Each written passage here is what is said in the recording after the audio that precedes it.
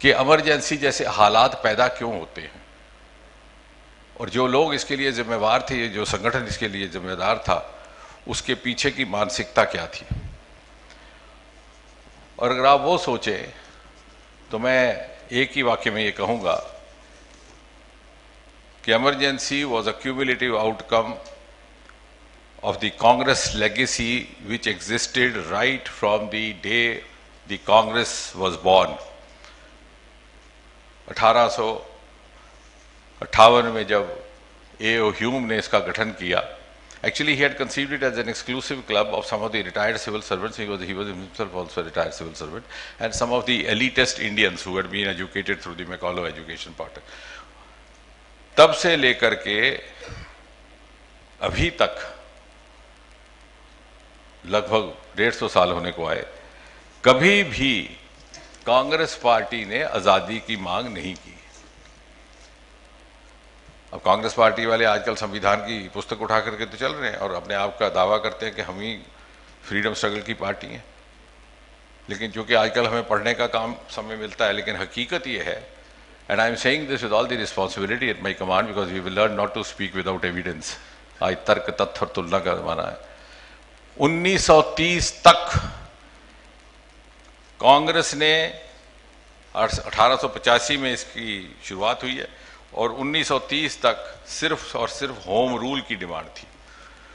Home rule अर्थात let us be administered by our own officers under the overall control of the governor general who would be a Britisher and who would be appointed by the British monarch from London. तो आप तो आजादी की जंग में थे ही नहीं, तो भला आप कैसे कह रहे हैं कि आप स्वतंत्रता सेनानी हैं। और 1930 के अधिवेशन में भी मात्र और मात्र होम रूल की बात की गई है। इसलिए जून 25 गैदरिंग ऑफ यूथ, क्योंकि 1930 का वर्ष इतिहास में इसलिए याद किया जाता है कि उस समय भगत सिंह आती थी और देश भर का नौजवान उत्तेजित था।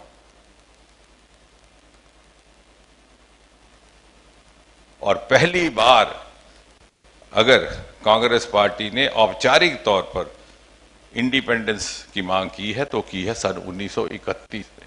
लेकिन जैसे मैंने कहा, इस पार्टी के संस्कार में अवसरवादिता भी थी,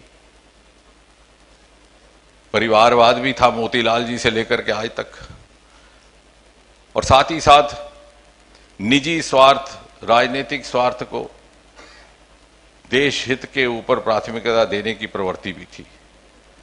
और जो 1931 का लाहौर सेशन हुआ, जिसका अक्सर कांग्रेस वाले बड़ा फक्र के साथ जिक्र करते हैं, जिसमें पहली बार कंप्लीट इंडिपेंडेंस वाज डिमांडेड, वो इसलिए कि देश भर में बहुत बड़ा उपद्रव था। यह अधिवेशन हुआ है 23 मार्च से 26 मार्च 1931 को, और उससे 3 दिन पहले भगत सिंह को फांसी लगा दिया गया था रात के अंधेरे में।